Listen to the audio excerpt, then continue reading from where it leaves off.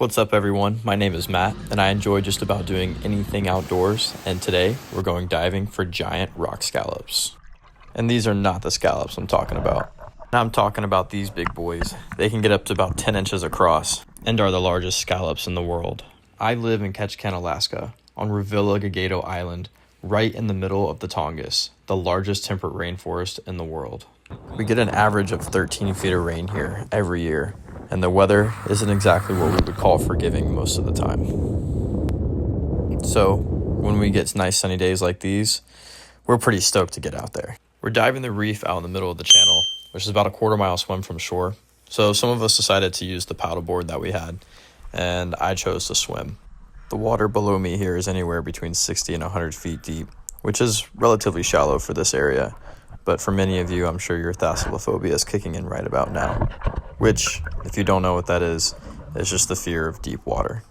I was really surprised with how good the visibility was on this day. I could see up to about 20 feet, which is very, very good for Southeast Alaska. And when I'm looking for these scallops, I'm looking for their bright orange lips. And then I dive down, I take my bar, and I put it in between the meat and one of the shells, and I just pry down.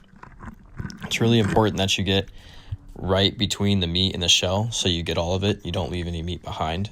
And this is just my preferred way of harvesting the scallops because it saves me so much time in the cleaning process later on.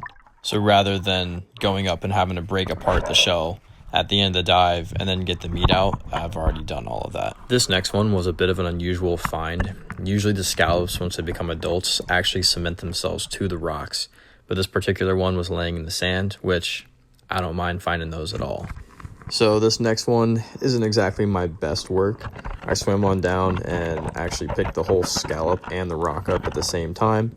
So I tried to smack the rock down real hard and remove the scallop that way. But that didn't happen, so I ended up just having to swim up with the whole rock.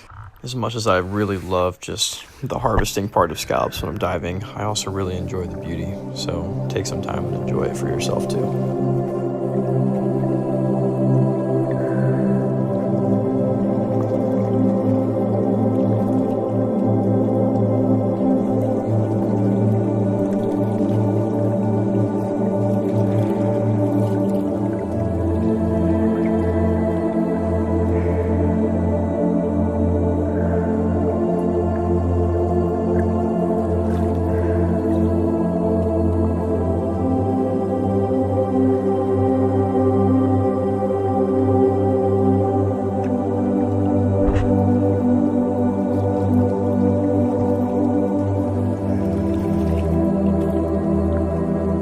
Well, anyway, we didn't come all the way out here just to look at jellyfish. Back to scallops.